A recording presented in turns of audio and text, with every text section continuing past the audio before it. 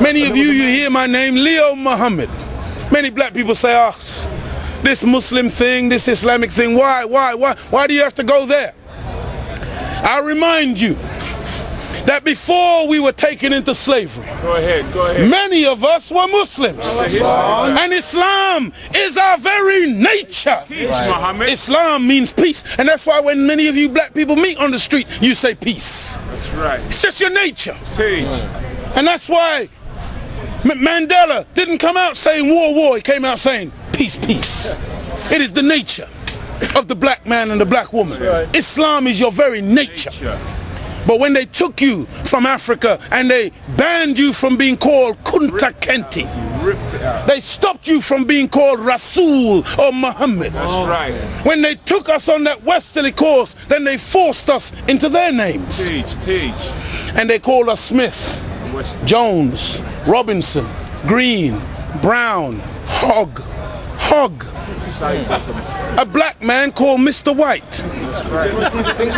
And when we go to China and we put our passport down and the Chinese immigration control official looks at that passport and he sees Mr. White, he expects to see a white man.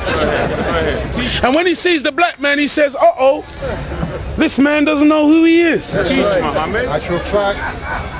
But many of us as black people today, we're very foolish people. Because we don't understand why another man gives you his name. Because when he gives you his name, the giving of another's name denotes possession. It means he owns you. Good teaching, Muhammad. And the reason they're upset with Muhammad, the reason they're upset with Farrakhan, because they didn't give the name Farrakhan. They didn't give the name Muhammad. These names come from God. That's right.